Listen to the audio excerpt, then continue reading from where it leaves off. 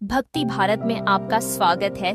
अगर आपको वीडियो पसंद आए तो इसे लाइक करें, शेयर करें और ऐसे और भी भक्ति वीडियो देखने के लिए सब्सक्राइब करें। चक्रवर्ती सम्राट महाराज भर्तृहरि जी हुए। उन्होंने एक बार अपनी सभा में यह सोचा कि सुख कहाँ है।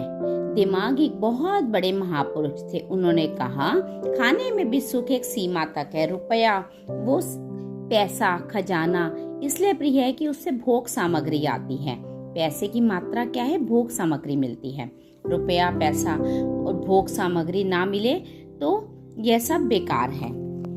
वस्तु भोगने के काम में आती है, पहनना ओढ़ना ये सब। इसके बाद एक आंतरिक सुख की मांग होती है। काम इसको बहुत समझने की बात है।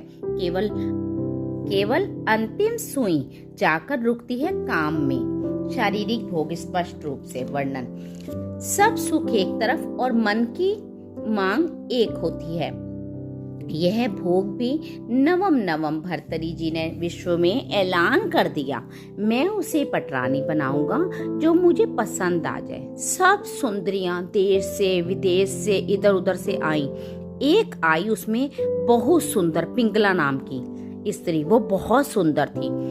उसने पिंगला इतनी सुंदर थी, उसके आगे सब सुंदरियां मतलब बेकार लग रही थी, फेल थी उसके सामने सब सुंदरियां। भर्तृहरि जी को उसने पसंद कर लिया पिंगला ने, और भर्तृहरि जी ने भी उसे पसंद कर लिया।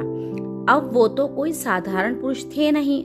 उन्होंने कहा, कुछ वर्ष में राजपाट बिल्कुल नहीं करूंगा। विक्रमादित्य उनके भाई थे। वो बहुत प्रसिद्ध चक्रवर्ती सम्राट हुए। विक्रमादित्य एक विशाल बलशाली राजा थे। उनके छोटे भाई थे। उनको राजपद दे दिया और कहा, मैं केवल देखूंगा भोग में है कितना सुख, वैज्ञानिक दृष्टि से भी देखूंगा। अब रात दिन अच्छे पदार्थ खाना, चक्रवर्ती सम्राट पिंगला के साथ रहना। पिंगला ने एक दिन खिड़की से झांक कर देखा, बलशाली अश्व की सेवा कराने वाला अश्वपाल समझा रहा था अपने सेवकों को। ऐसी रानी ने देखा और आकर्षित हो गई और हुक्म दिया, अपनी दासी को अश्वपाल से कहो, अमुक जगह पर हमें मिले। दिन में तो राजा शयन करते थे, तो दिन में वो सोते थे, तो वो अश्वपाल से मिलने जाने लगे और अश्वपाल से उसका संबंध हो गया, शारीरिक संबंध। विक्रमादित्य को जब सूचना मिली तो उसने कहा कि मैं महाराज से मिलना चाहता हूँ, सेवक से कहो। लेकिन पिंगला बहुत प्रवीण थी।